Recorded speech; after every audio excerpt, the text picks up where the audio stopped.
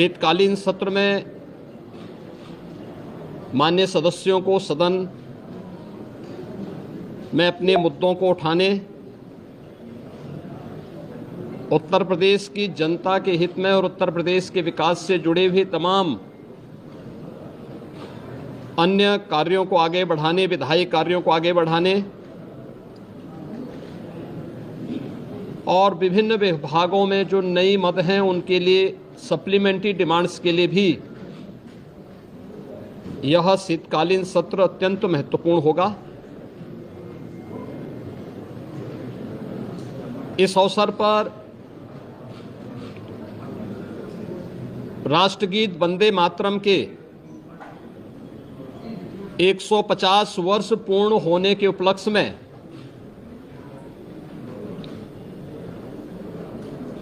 एक महत्वपूर्ण चर्चा और वंदे मातरम गीत के रचयिता के प्रति कृतज्ञता ज्ञापित करने का भी एक अवसर उत्तर प्रदेश विधानमंडल के सामने होगा, क्योंकि उत्तर प्रदेश की स्थापना का दिवस और राष्ट्रगीत के रूप में वंदे मातरम को भारत के संविधान के अनुसार मान्यता प्राप्त होने का नोटिफिकेशन एक ही तिथि इस महत्वपूर्ण इवेंट के लिए है और उत्तर प्रदेश की विधान मंडल में इस पे चर्चा इसलिए अत्यंत महत्वपूर्ण होगी। कल सर्वदलीय बैठक में हम लोगों ने सभी दलीय नेताओं से इस बारे में अनुरोध किया है कि सरकार प्रत्येक मुद्दे पर चर्चा कराने के लिए तैयार है। सरकार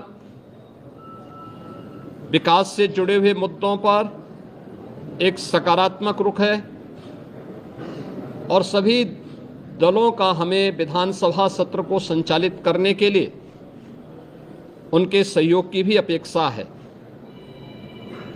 देश का सबसे बड़ा विधानमंडल सुचारू रूप से संचालित हो और ये अब तक लगातार एक सही दिशा में आगे बढ़ा है, क्योंकि लोकतंत्र से जुड़े हुए पवित्र स्थल जब चर्चा पर चर्चा का विषय बनते हैं तो जन विश्वास पर जनप्रतिनिधि खरा उतरता है। हमारी इच्छा थी कि सत्र अधिक दिन चले, लेकिन माननीय जनप्रतिनिधिगण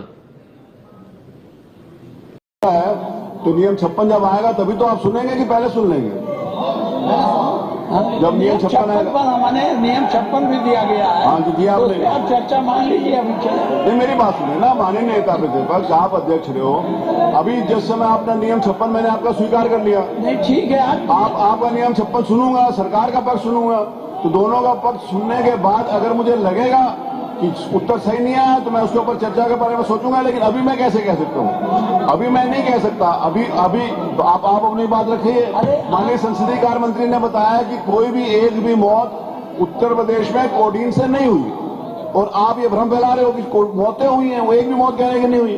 तो एक भी मौत नहीं हुई तो सरकार अपना पक्ष रखेगी। अगर सरकार अपना पक्ष के बाद आप उसका प्रमाण दीजिएगा, आप प्रमाण देंगे तो फिर उसके ऊपर विचार करेंगे।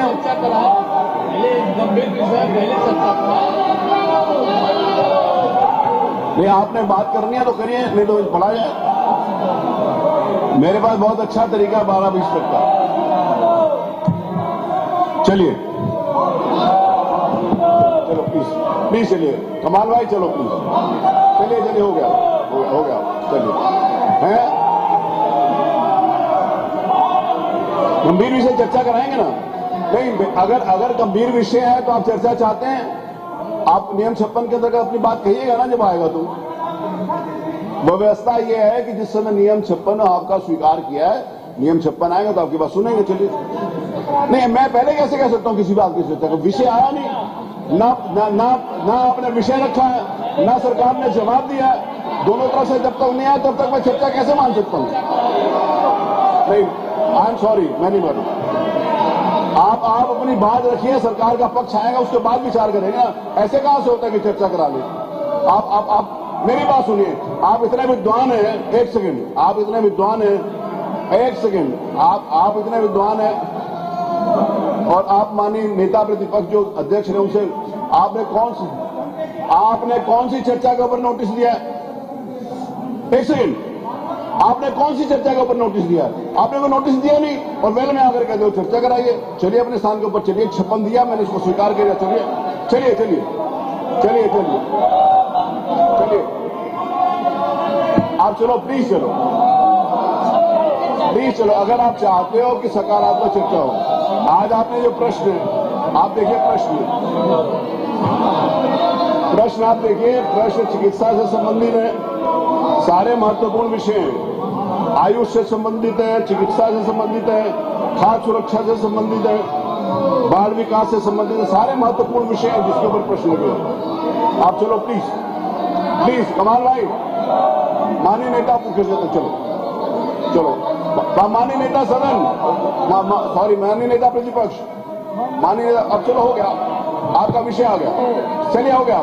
माननीय शिवपाल जी बोले चलो हो गया, सुरक्षा आप मत दे उनको, चलिए हो गया भाई, हो गया 10 मिनट हो गया, वो कर दो, चलिए प्लीज। अब मैं इससे ज्यादा टाइम नहीं देता हूँ, मेरे को आगे निर्णय लेने के लिए विवश होऊंगा तो फिर पीछे वापस नहीं आ पाऊंगा। चलिए प्लीज मैं आपका नियम 56 लूंगा। आप उसके ऊपर आप अपनी बात कहिएगा ना, आपको बात कहने का अवसर है, बैठ जाओ, आप कहिएगा। चलिए प्लीज चलिए।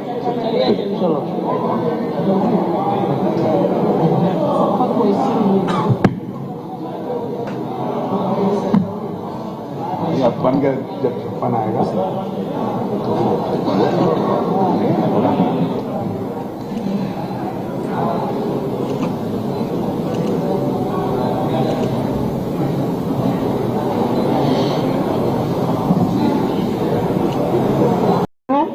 कि नहीं,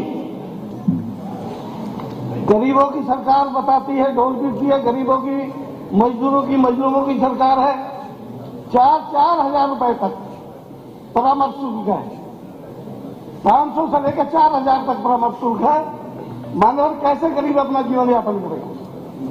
मुलायम सिंह यादव जी कहते थे कि दवाई और पढ़ाई मुफ्ती होनी चाहिए, और इन्होंने कहा नहीं, मुफ्त नहीं होगी, महंगी होगी, और कहा कि आयुष्मान कार्ड है, आयुष्मान कार्ड लगा दो।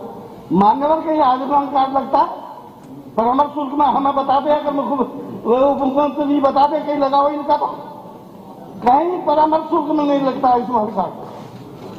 ये जहां भी जाओ, जिस डॉक्टर के पास भी जाओ, वो महंगी दवाई लिखता है। 5,000 का पर्चा है, 4,000 का पर्चा है, तो 5,000 की दवाई लिखता है। कैसा गरीब आदमी अपना यापन करेगा, जीवन यापन करेगा? गरीब कैसे इलाज कराएगा? जितने डॉक्टर हैं प्रदेश में, सरकारी भी, वो भी अपने घरों पर डॉक्टर देखते हैं, और वो अस्पतालों में कह देते हैं कि मेरे घर पे आइए, फला जगह क्लिनिक है, उसका कार्ड दे देते हैं कि जाइए मेरे घर पे आइए, मुझे दिखाइए। अब इनका ये सरकारी धंधा है, गैंग बना के धंधा करते हैं डॉक्टर लोग। सभी डॉक्टर अपने चेहरे से जांच कराते हैं। अगर मैं किसी गरीब से पैसे करा लूं, मामूली आदमी से, तो नहीं, इसे नहीं मानेंगे, करानी तो वही है। मामूली आदमी तो जांच नहीं कर सकता ना, जो उसके लिए वो नहीं जांच करेगा। मामूली आदमी जांच करेगा, एमआरआई की क्या जांच करेगा जब तक एमआरआई मशीन नहीं होगी? करा लेंगे। कुछ लोग ऐसे हैं तो डॉक्टर ही करेगा। अस्पतालों में अपने मर रहे हैं भूखे प्यासे, न दवाई है न कुछ है। सारे अस्पतालों के अंदर जितने एमआरआई लगे हैं, मंडल स्तर पर इन्होंने लगाए, एक भी एमआरआई काम नहीं कर रहा है। मैं मुरादाबाद मंडल की बात बता रहा हूँ, एमआरआई चलाने वाला ही नहीं मिलता वहाँ, सीटी स्कैन करने वाला नहीं मिलता, और बाहर सामने अस्पताल आपका अनुपूरक क्या समझ, और एमआरआई भी बाहर करा देते लोग, उनसे कराइए, आधा पैसा उनको आ जाता है। तो आप क्या इनको पता नहीं इस बात का? जब इधर बैठ जाएंगे कैसे पता चल जाएगा? हमारी तरफ आ जाएंगे तो पता चल जाएगा कि भ्रष्टाचार हो रहा, उधर बैठ कर पता नहीं चलता इनको। जब आप इधर बैठे थे तब आपको नहीं पता था? मैं अस्पतालों के जरूरतमंदों को इलाज फ्री में कराया जाए। वही बात आती है दवाई और पढ़ाई, ये तो फ्री होनी चाहिए। और मैं कहना चाहूंगा माननीय मंत्री जी, कुछ शर्म करो गरीबों के हिसाब में। आपको सरकार में बैठा दिया है, उन गरीबों ने ही बैठाया है। अगर आप उनका अनादर करोगे, उनका इलाज फ्री में नहीं कराओगे, दवाई एक नहीं मिलती, जांच अपनी अपनी हिसाब से होती है। मैं सरकार से चाहूंगा कि पुनः विचार करे और जांचें फ्री कराए और परामर्श एक नियमित कर दे। प्राइवेट को भी सरकारी को भी अंडरलाइन कर दे कि इससे ज्यादा कोई डॉक्टर नहीं मिलता। बैठिए, धन्यवाद। एक दूसरा भी अखिलेश जी दोनों के साथ पूछे उत्तर। श्री अखिलेश, इनका भी नाम है ना उसमें, दोनों की बात, दोनों एक साथ उत्तर दीजिए। गाँव से चल करके बड़े शहरों की तरफ अपने मरीजों को लेकर के लोग आते हैं और आपके सरकारी अस्पतालों में बेड नहीं मिल पाती। मजबूरन लोग अपने मरीजों को लेकर के प्राइवेट हॉस्पिटलों में जाते हैं। प्राइवेट हॉस्पिटल का खर्चा इतना बड़ा है, डॉक्टरों के फीस को लेकर के, अल्ट्रासाउंड को लेकर के, MRI को लेकर के, तमाम जांच केंद्रों की इतनी बड़ी फीस है कि आदमी की देन क्षमता से ज्यादा है। और कभी कभी तो ऐसा हो जाता है कि मरीज अस्पताल के अंदर दम तोड़ देता है और लाश रोक करके प्राइवेट हॉस्पिटल के मालिक मरीज के तीमारदार से मांग करते हैं कि हमको इतना रुपया जमा करो तब तुम्हारी हम बॉडी अस्पताल से बाहर करेंगे। तो क्या ऐसी स्थिति में सरकार प्राइवेट हॉस्पिटलों के खर्चों का कोई नियामक तय करेगी, कोई नियम बनाएगी? डॉक्टरों की फीस से लेकर के जांच केंद्रों तक का कोई नियम कानून बनाएगी ताकि उसके तहत लोगों को उसका लाभ मिल सके, वरना स्वास्थ्य सेवाओं को नहीं सुधारा जा सकता।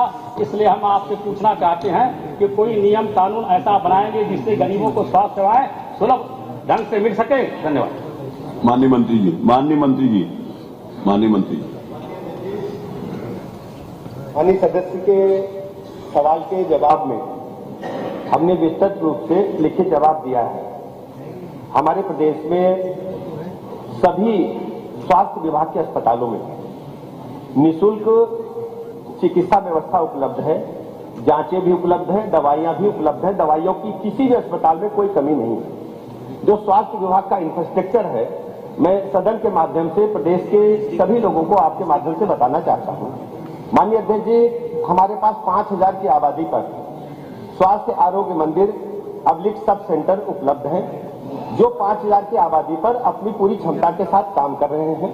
वहां 98 प्रकार की दवाइयां निःशुल्क हैं, 14 प्रकार की जांचें हैं, जच्चा बच्चा के लिए सारे वैक्सीनेशन की सुविधाएं उपलब्ध हैं, नॉर्मल डिलीवरी के लिए ANM भी वहां उपलब्ध रहती है। इसके अलावा जो प्राथमिक स्वास्थ्य केंद्र हैं, जिनकी संख्या 3500 के लगभग है, वहां पर प्राथमिक चिकित्सा की सारी व्यवस्थाएं उपलब्ध हैं और दवाइयां निःशुल्क वहां उपलब्ध हैं, जांचें भी निःशुल्क होती, कोई पैसा दे नहीं है किसी भी मरीज को, चाहे बड़ा आदमी हो चाहे गरीब आदमी हो, सभी व्यवस्थाएं निःशुल्क हैं। जो CSC हमारी सामुदायिक स्वास्थ्य केंद्र है, वो 30 बेड का इंडोर हॉस्पिटल है, वहां सभी प्रकार की जांचें निःशुल्क, दवाइयां निःशुल्क और जच्चा बच्चा के सीजरियन डिलीवरी के भी सारी व्यवस्थाएं उपलब्ध हैं।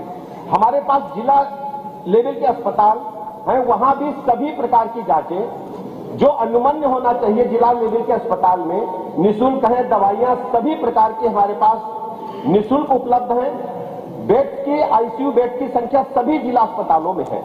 इसके अलावा विशिष्ट श्रेणी के जो अस्पताल 100 बेडेड और 50 बेडेड है, वहां जिला लेवल की सारी दवाइयां, सारी जांचें निःशुल्क उपलब्ध है। इसके अतिरिक्त यदि कोई गंभीर रोगी है, मैं पुनः सदन के माध्यम से आदरणीय प्रधानमंत्री नरेंद्र मोदी जी का आभार प्रकट करना चाहूंगा। माननीय प्रधानमंत्री जी ने देश को भारतवर्ष की दुनिया की सबसे बड़ी योजना आयुष्मान भारत देने का काम किया है और मैं प्रदेशवासियों से कहता हूं, आपके माध्यम से माननीय सदस्य को भी जानकारी देता हूं, उत्तर प्रदेश राज्य आयुष्मान भारत कार्ड देने में पूरे राष्ट्र में नंबर 1 पर है। हमने 5.5 करोड़ से अधिक लोगों के आयुष्मान भारत कार्ड बनाए और माननीय अध्यक्ष जी, उसमें हमने सभी मरीजों को, उनके परिजनों को निःशुल्क जो भी सुविधाएं चाहिए 5 लाख तक की निःशुल्क उपलब्ध है।